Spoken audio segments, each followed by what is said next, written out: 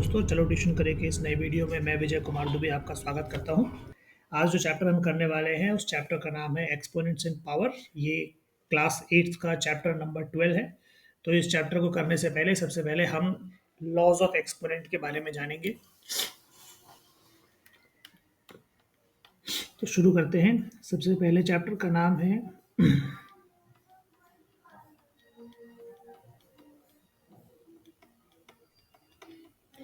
Exponents इन powers.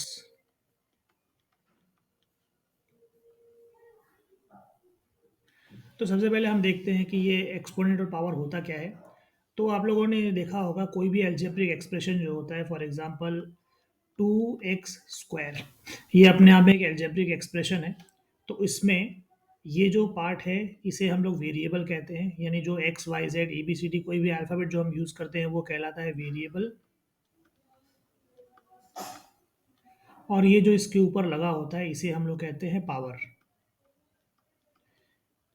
तो ये जो पूरा चैप्टर है वो वेरिएबल, पावर और पावर से संबंधित जितने भी नियम हैं उनके ही बारे में हमें बताता है। तो सबसे पहले इस चैप्टर को शुरू करने से पहले हमें लॉज ऑफ एक्सपोनेंट को समझना ज़रूरी है।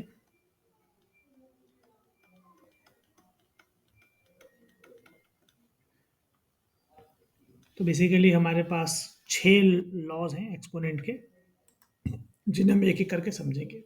तो सबसे पहला लॉ हुआ 8 to the power m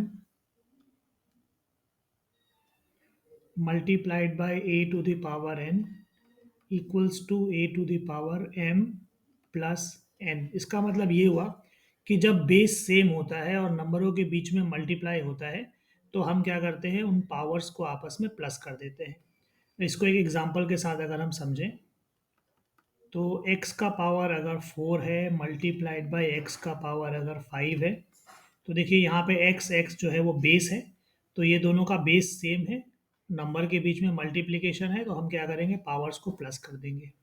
यानी जो बेस है उसे एक बार लिखेंगे और पावर को आपस में प्लस करेंगे। 4 + 5 इक्वल्स टू x⁴ 9 हो गया। तो ये है हमारा पहला नियम, यानी कि अगर बेस सेम हो और नंबर के बीच में मल्टीप्लिकेशन हो तो पावर प्लस होता है। अब बात करेंगे रूल नंबर 2 की। रूल नंबर 2 है a⁴m डिवाइडेड बाय a⁴n। जब बेस सेम हो और नंबर के बीच में डिवीजन हो तो उस केस में हम पावर को सब्ट्रैक्ट करते हैं। a⁴m minus n। इसको भी अगर एक एग्जांपल के साथ समझें तो अगर x⁴ 5 है डिवाइडेड बाय x⁴ 3 है, तो इसका आंसर होगा x⁴ 5 माइनस 3, यानी कि x⁴ 2। तो बेस सेम था, नंबर के बीच में डिवाइड था, तो हमने पावर्स को सब्ट्रैक्ट कर दिया। ये है हमारा रूल नंबर 2। अब बात करते हैं रूल नंबर 3 की। a⁴m ब्रैकेट के बाहर n। अगर ऐसा सिचुएशन हो जहां एक पावर ब्रैकेट के अंदर हो और एक पावर ब्रैकेट के बाहर हो, ऐसे केस में दोनों ही पावर आपस में मल्टीप्लाई हो जाते हैं। फॉर एग्जांपल अगर x का पावर 2 है और ब्रैकेट के बाहर x का पावर 5 है, तो हम क्या करेंगे, x की जो 2 और 5 इन्हें आपस में मल्टीप्लाई करेंगे तो x का पावर 10 हो जाएगा और यही हमारा आंसर होगा। तो ये हो गया हमारा थर्ड रूल। फिर आते हैं फोर्थ रूल की तरफ। फोर्थ रूल ये कहता है कि anything to the power 0 is always equals to 1। किसी भी नंबर का पावर अगर 0 हो तो आंसर 1 होगा। किसी भी नंबर का मतलब कोई भी नंबर, अगर 1 लाख का पावर भी अगर आप 0 लिखते हैं तो आंसर 1 ही आएगा। 500 का पावर भी 0 लिखते हैं तो आंसर 1 ही आएगा। एग्जाम्पल के लिए x⁴ 0 equals to 1, 500 to the power 0 equals to 1। किसी भी नंबर का पावर अगर आप 0 लगाएं तो आंसर हमेशा 1 ही रहता है। फिर आते हैं अपने नेक्स्ट रूल की तरफ।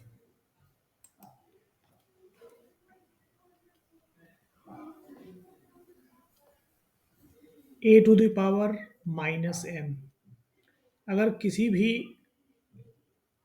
चीज़ का पावर नेगेटिव में हो तो उस केस में क्या होता है? उस केस में होता ये है कि हम जो गिवन बेस है हमारा, हम उसे रेसिप्रोकल करते हैं। फॉर एग्ज़ाम्पल इसके नीचे कुछ नहीं है तो 1 है।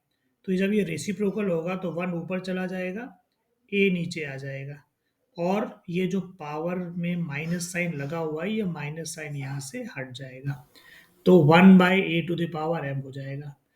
बिल्कुल इसका उल्टा भी हम कर सकते हैं। फॉर एग्ज़ाम्पल अगर ऐसा सिचुएशन है 1/a to the power minus m, अगर ऐसा सिचुएशन है कि 1/a to the power minus n है, तो हम क्या करेंगे? क्योंकि पावर में माइनस है तो हम जब इसका रेसिप्रोकल करेंगे तो ये माइनस साइन ऑटोमेटिकली हट जाएगा। तो a to the power n हो जाएगा, यानी हमने इसका रेसिप्रोकल किया। 1 जो ऊपर था वो डिनोमिनेटर में आ गया, तो डिनोमिनेटर में आए हुए 1, डिनोमिनेटर के 1 को लिखने की ज़रूरत होती नहीं है, इसलिए हम क्या करेंगे, जो माइनस n है ये ऊपर लेकर चले गए तो ये प्लस n हो गया। तो किसी भी नंबर का पावर अगर नेगेटिव हो, मतलब अगर नेगेटिव इंटीजर हो, तो हम उस नंबर का किसका बेस का रेसिप्रोकल करते हैं और पावर में से माइनस साइन हटा देते हैं। अगर हम इसको किसी एक फ्रैक्शन नंबर के साथ समझे तो और अच्छा समझ में आएगा। मान के चलिए हमारे पास है x/y टू द पावर -2, तो इसको हम y/x टू द पावर 2 लिख सकते हैं। यानी कि हमने क्या किया, नंबर को रेसिप्रोकल कर दिया और पावर में से माइनस साइन हटा दिया। तो ये इसका पांचवा रूल है। तो इन्हीं नियमों का इस्तेमाल करके हम एक्सरसाइज 12.1 को सॉल्व करेंगे। हम स्टार्ट करेंगे अपना एक्सरसाइज 12.1। तो जो फर्स्ट क्वेश्चन है इसमें है इवैल्यूएट। इवैल्यूएट का मतलब होता है find the value of this numbers. तो ये बहुत सिंपल सा क्वेश्चन है। तो शुरू करते हैं इसके सोल्यूशन के साथ। तो पहला है 3 टू द पावर -2। इसको सॉल्व करेंगे। सोल्यूशन ऑफ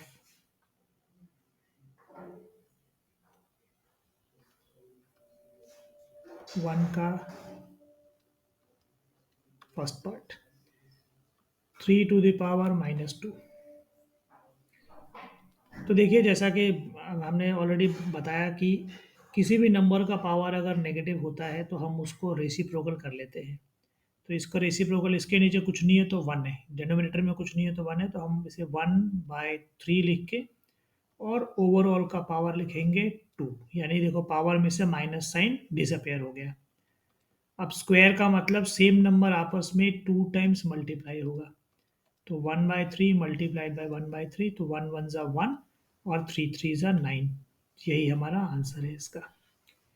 फिर आते हैं इसके सेकेंड पार्ट पे। सेकेंड पार्ट में है 4 to the -4 to the power -2, -4 to the power -2।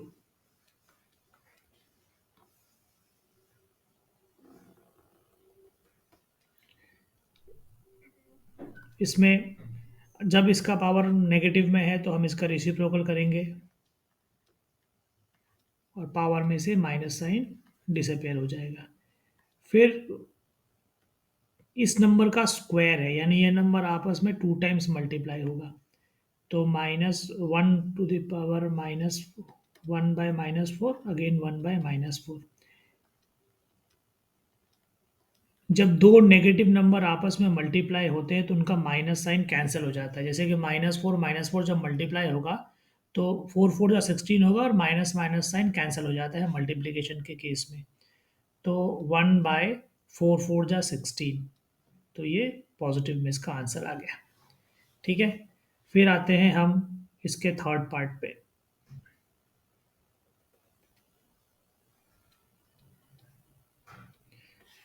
इसका थर्ड पार्ट है 1/2 होल टू द पावर -5। अब क्या करेंगे हम, 1/2 होल टू द पावर -5 है तो पहले तो -5 है तो हम इसका रेसिप्रोकल कर लेंगे, यानी कि 2 ऊपर चला गया और पावर में से माइनस साइन डिसअपेयर हो गया। अब क्या करेंगे नेक्स्ट टाइम, 2 आपस में 5 टाइम्स मल्टीप्लाई हो रहा है, तो 2 into 2 into 2 into 2 into 2। Two two ज़ा फोर, फोर टू ज़ा एट, एट टू ज़ा सिक्सटीन, सिक्सटीन टू ज़ा 32। तो इसका ओवरऑल आंसर 32 आएगा। ठीक है। तो ये फर्स्ट क्वेश्चन क्लियर है। अगर mister Abhijit, first question clear है आपके लिए? Okay okay, right. तो हम लोग अब चलते हैं second question, question number two की तरफ।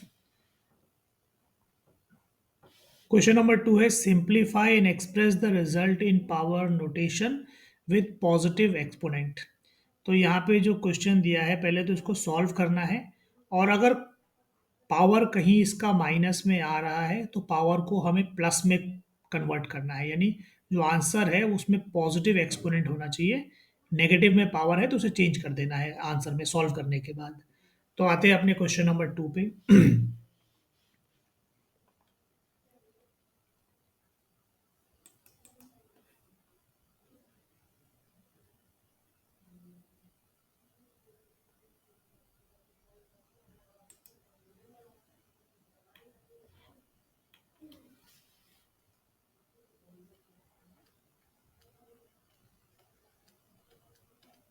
Question to.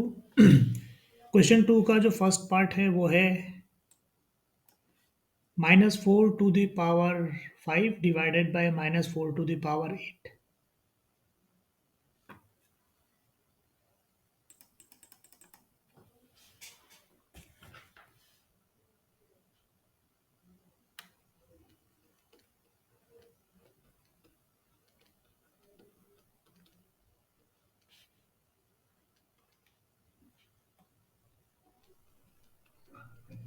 -4 to the power 5 divided by -4 to the power 8।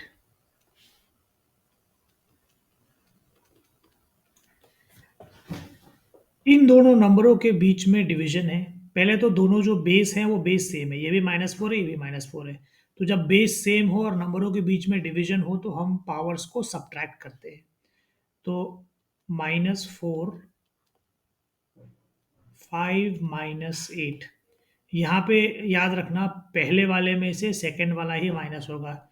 हम ऐसा नहीं करेंगे कि 8 हमें बड़ा दिख रहा है तो हमने पहले 8 लिख दिया फिर उसके बाद 5 लिखेंगे, ऐसा नहीं होता। ये जिस ऑर्डर में ये नंबर्स दिए गए हैं, जो हम इसको सब्सट्रैक्ट करेंगे वो भी उसी ऑर्डर में होगा। पहले 5 है तो 5 लिखा जाएगा, बाद में 8 है तो 8 लिखा जाएगा और ये आपस में माइनस होगा।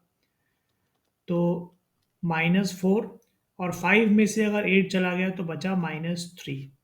तो क्वेश्चन में इन लोगों ने कहा था कि हमें इसे पॉजिटिव एक्सपोनेंट में एक्सप्रेस करना है। ठीक है। तो हमें यहाँ पे हमारा एक्सपोनेंट तो नेगेटिव में आ गया, तो उसको पॉजिटिव में कन्वर्ट करने के लिए, जैसे हमारा जो फिफ्थ रूल था कि किसी भी नंबर का पावर अगर माइनस में हो तो हम उसका रेसिप्रोकल कर देते हैं और उसमें से माइनस साइन गायब हो जाता है अपने आप ही। तो हमने इसको सॉल्व कर दिया और हमने पावर को पॉजिटिव में एक्सप्रेस कर दिया। तो इसका फर्स्ट पार्ट कंप्लीट हो गया। अब आते हैं इसके सेकंड पार्ट की तरफ। इसका सेकंड पार्ट है 1/2 क्यूब ओवरऑल पावर 2। तो सबसे पहले तो ये जो डेनोमिनेटर में 2 क्यूब है हमें इसे ऊपर लेके जाना होगा। ठीक है। तो जब हम इसको ऊपर लेके जाएंगे तो हम एक काम कर सकते हैं,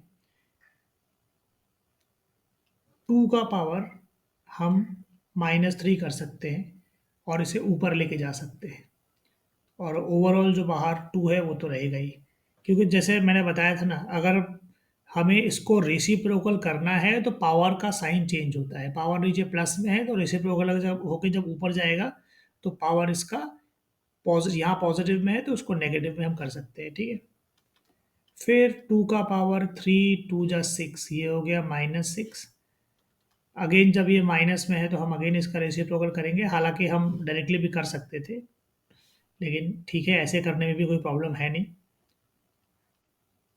हाँ जी, बताइए। हाँ, बताइए। हाँ, बताइए ना।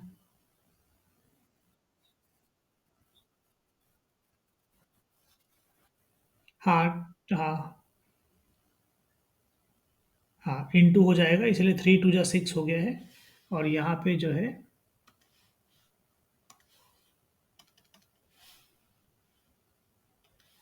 1/2 का पावर 6 हो जाएगा। पावर को हमने कन्वर्ट कर दिया पॉजिटिव में, मत देखो वापस से, ठीक है। तो 1/2 टू द पावर 6 हो जाएगा। ठीक है, क्लियर है।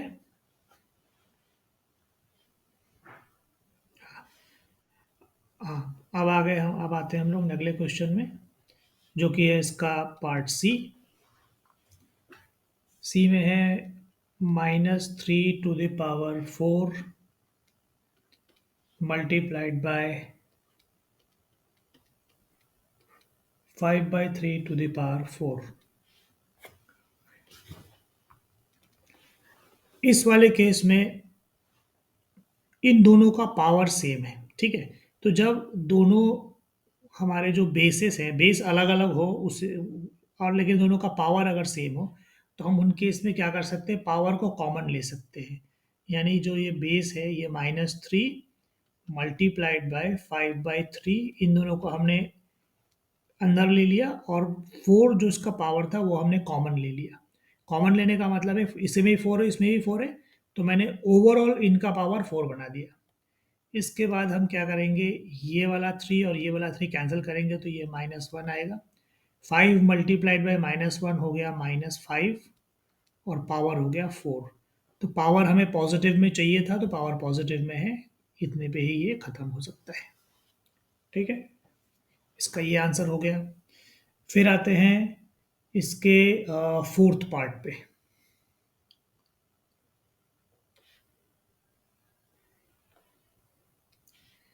इस क्वेश्चन का जो फोर्थ पार्ट है वो है 3 to the power -7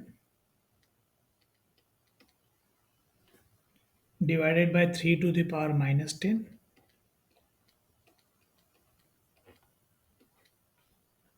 multiplied by 3 to the power -5। तो बॉडमास के रूल के हिसाब से ब्रैकेट के अंदर जो है उसे पहले सॉल्व करते हैं। तो देखो, ये बेस इन दोनों का सेम है 3 3, दोनों के बीच में डिवाइड है। तो जब बेस सेम हो और नंबरों के बीच में डिवाइड हो, तो हम पावर को माइनस करते हैं। तो इस केस में -7, ये नेगेटिव में पहले से ही है, फिर माइनस, और ये -10, यानी हमने पावर्स को सब्ट्रैक्ट कर दिया। Multiplied by 3 to the power -5, इसको ऐसे रहने दो। अब क्या करेंगे हम, ये -7 है, एक माइनस ब्रैकेट के बाहर है और दूसरा माइनस यहाँ ब्रैकेट के अंदर है, तो माइनस माइनस ये दोनों आपस में मल्टीप्लाई होके प्लस हो जाएगा, और ये जो 10 है वो यहाँ पे आ जाएगा ऐसे। नेक्स्ट स्टेप में 3 टू द पावर -5। अब माइनस प्लस होता है माइनस, और साइन लगता है बड़े नंबर का। तो 10 में से 7 चला गया तो बचा 3, और बड़ा नंबर 10 है और वो प्लस में है, तो जो पावर में प्लस साइन होगा, तो प्लस हमें लिखने की ज़रूरत नहीं होती, हम डायरेक्टली 3 लिख सकते हैं। Multiplied by 3 to the power -5। अब वापस से देखो, इसका बेस सेम है, नंबर के बीच में मल्टीप्लिकेशन है। तो जब बेस सेम हो और नंबर के बीच में मल्टीप्लिकेशन हो, तो पावर आपस में प्लस हो जाते हैं। तो ये 3 ले लिया, 3 प्लस -5, प्लस माइनस माइनस होता है। 5 में से 3 गया तो 2 बचा, और साइन लगेगा बड़े नंबर का, बड़ा नंबर 5 है और उसमें माइनस साइन है, तो -2। इसके बाद फिर हम क्या करेंगे, पावर में जो, क्योंकि पावर जब नेगेटिव होता है तो हम नंबर का रेसिप्रोकल कर लेते हैं, तो ये बन जाएगा 1/3, और जो ये स्क्वायर है ये हम पॉजिटिव साइन के साथ लिख सकते हैं। तो हमें क्योंकि पावर को पॉजिटिव में एक्सप्रेस करना था, उसके लिए हमने फिर इसका रेसिप्रोकल करके और पावर में से माइनस साइन को रिमूव कर दिया। तो ये हो गया इसका फोर्थ पार्ट। फिर बढ़ते हैं इसके फिफ्थ पार्ट की तरफ।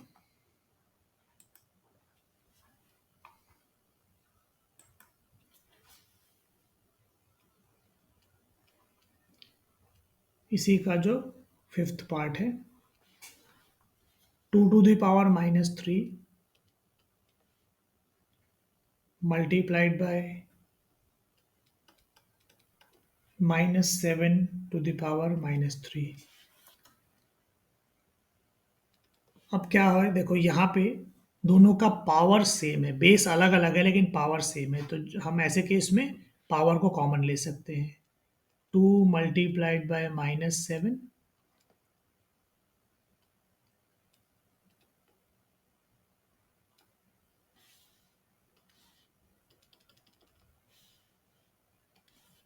यहाँ पे 2 है, पावर में -3 जो हमने कॉमन लिया है। फिर अंदर दोनों नंबर मल्टीप्लिकेशन में है तो मल्टीप्लाई हो जाएंगे, 7 × 2 = 14, और 7 के साथ जो माइनस साइन लगा है वो उसमें लग जाएगा, तो ये हो गया -14 to the power -3। अगेन यहाँ पे पावर नेगेटिव में है, तो पावर नेगेटिव में होगा तो हम नंबर को रेसिप्रोकल करेंगे, तो 1 ऊपर जाएगा, -14 नीचे आएगा, और पावर जो 3 है उसका नेगेटिव साइन गायब हो जाएगा। तो इस तरह से हम इसको सॉल्व कर सकते हैं। तो ये हो गया हमारा क्वेश्चन नंबर 2 के सारे पार्ट्स हमने कर लिए।